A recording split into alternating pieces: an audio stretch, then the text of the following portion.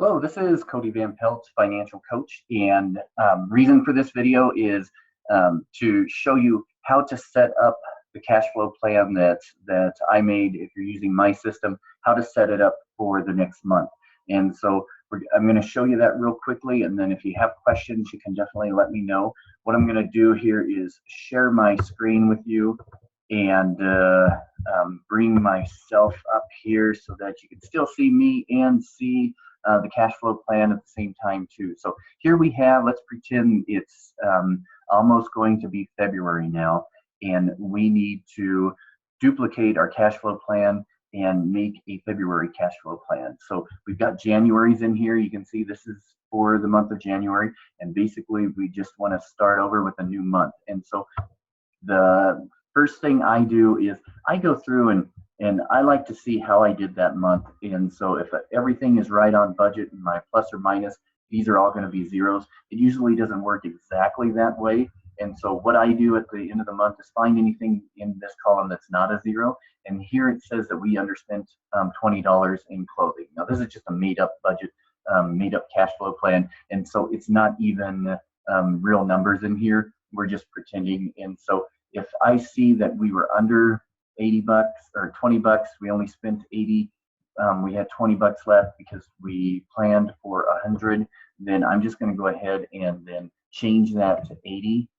And then next month, I'll be able to roll over that 20 bucks into our clothing, our clothing one. And here it says balance budget. No, it's 20 bucks over. And so I'm just going to keep that in mind next month when I do my cash flow plan for February. And remember that last month we were a little bit under in clothing, and so if we need to spend a little bit more, we're just going to roll that over and make it so that we can spend that money next month instead. Or I might just go ahead and record it as an expense, write myself a 20 bucks check, and then cash that check and then put it in a cash envelope for close if I decide that that's what I want to do. So it's entirely up to you. So what I'm doing now is I right-clicked on the January tab, and then I hit duplicate, and then that's brought up a copy of January here. And so it's the same thing with all those numbers filled out, and then I'm going to right-click that tab and then go to rename and then type in February. Or if I wanted to, I could write February 1st to February 14th. If that was my 2-week increment in there. So it doesn't matter to the system. It just matters to me what I put in there. And so I do whatever makes sense. So if I get paid every 2 weeks and I want to do it every 2 weeks, then that's what I do. If I get paid monthly, then that's what I do. So it's entirely up to me and how I use this system. So then I change the month up here. I'm just going to do February to make it simple for this demonstration. And then basically, since it looks exactly the same as last month, it's got all of last month's transactions in there too. And so I'm just going to go through and I'm going to highlight all of those transactions.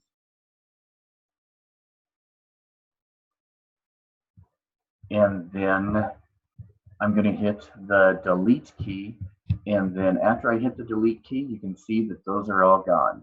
Okay. Now let's say we had a few transactions in here that had notes on them, and I didn't have any in here that had notes in there. So I'm just going to put one in there by right-clicking on the computer, insert note, and say we bought food. And so since we've got that in there, now we can see that the note is in there, and even after we delete it, that note is still in there, and I don't want it in there. And so I'm just going to go to any of those cells that have notes, and then I am just going to delete note, or clear notes is what it says. So now we've cleared the note, that note's not in there, and so now I'm kind of starting fresh on my cash flow plan. So basically, we're going to start from top to bottom, and we're going to ask ourselves, how much money are we going to make this month? If my income's always $3,000, then I know I don't need to change anything else.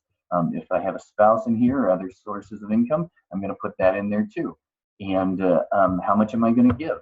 Okay, and we always give 10%, and we feel like we're called to do so. that might be a little bit different, family per family. Other giving, that might be if you support a kid from Compassion International, or if you just have other giving. We don't put our gifts in this category, like if we think we're going to be invited to a birthday party, or if a loved one has a family, or I'm sorry, if a loved one has a birthday coming, then we don't put that in here because we've got a gift portion down below, but this is just other giving. And then we just go through each column and try to decide how much are we going to spend. So if this person put $645 in their emergency fund last month, they may or may not want to contribute that again. So basically you go down column by column and row by row actually, and then just see what you want to do. I like to see how much I spent last month, and if I went over, then I want to ask myself, why did we go over last month? Is that going to happen again? Do we need to plan for that again? And then if we do, then we plan for it again, and that way there's no hangups. I like to look month by month to, do you have an anniversary coming up? Birthdays, is your insurance due that month? And or do you want to put money back for insurance every single month if you're paying every 6 months, so that 6 month bill doesn't creep up on you? And then put that in a savings account or put it in an envelope or something like that. So any other sinking funds, if your refrigerator is going to break soon and you feel like it's on its last leg, do you want to start saving for that now? That way later on it's not an emergency. So car repairs and things like that, do you want to save for those now? Okay, and so I go through and I do the budget or a cash flow plan like that. And by the way, you probably heard me say I don't use the word budget. I've slipped a couple times and said it, and but I might say we budgeted, but I didn't. I usually say we use a cash flow plan rather than the word budget. It's just an overused word that just kind of has kind of a bad rap. And cash flow plan is just a much better word. So, and then as far as debts go, then trying to decide if there's credit card debts, how aggressive can we be so that we're not paying all those interest fees, and so that our money is our money, and so that we're not slaves to the lender anymore.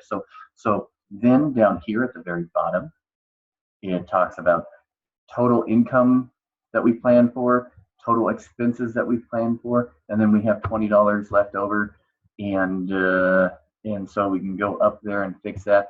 I like to have a zero based budget so that I'm using every single dollar. So if I have $20 left over, that could have been from the clothing from last time, so we can say, okay, do we need to put that in there? If not, then we can do something smart with that money and think, okay, well, Christmas, since it's February, Christmas is a long time from now, but why don't we put 20 bucks in a Christmas envelope and then start saving for Christmas? And so that doesn't bite us in the rear end when December 25th does come around. So anyway, I hope that helps.